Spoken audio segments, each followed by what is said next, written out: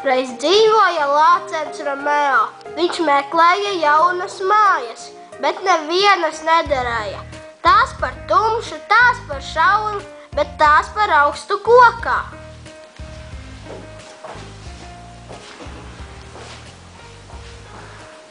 Lācen, nāc pie manis bērniem Ligzdā.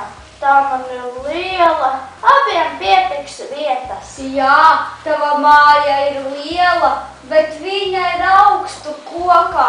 Es tajā nevarēšu uzrāpties. Laci, labāk būs, ja tu nāksi pie manīm. Tur mums abiem būs ļoti labi. Mans dobums ir lielisks. Jā, tavs dobums ir lielisks, taču viņš ir pārāk šaurs. Es nezinu, vai es tajā ielīdīšu. Hei, nāc, piemērota vieta ir te, pie mums lielajā alā. Jā, jūsu lielā ala ir ļoti laba, taču jūs varat ar savu lielo lēkšanu pamodināt mani no ziemas miega. Lācīt, Romeo, nāc pie mums kūtiņā. Mīkšos dubļos vārtīties jokruk. Nē, es esmu ļoti tīrīgs, un es negribu sasmērēt savu tīro kažoku.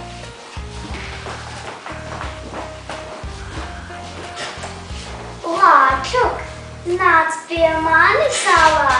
Tur man ir daudz pūkainu ādu, ar kurām tu ziemā varētu apsekties.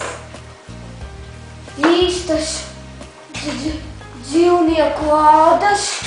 Nē, labāk nē. Ei, kas te bļaustās? Romeo, nāc pie mani salā.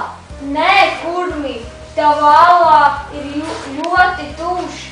Es tumsā neredzu. Guļ, Lācīti, nāc te mūsu mājās, siltās dūņās dzīvot. Ja, bet es taču neprotu peldēt. Puk, puk, nāc pie mums mājās. Mums ir daudz rudens lapu, kurās salda ziemas miegu gulēt. Jā, tas ir kārdinoši, bet ziemas miegu es guļu nemierīgi, un jums ir astas ādates. Labāk nē.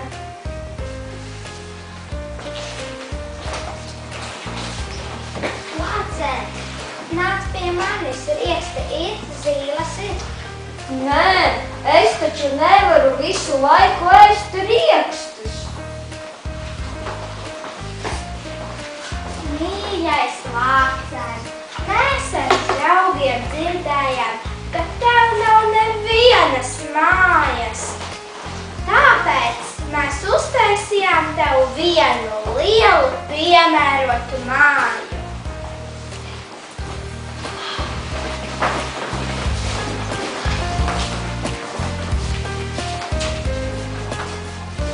Vai tev ļoti patiktu tavās mājās? Klausi savus kopējus. Vai tev daudz saldumu? Mīļais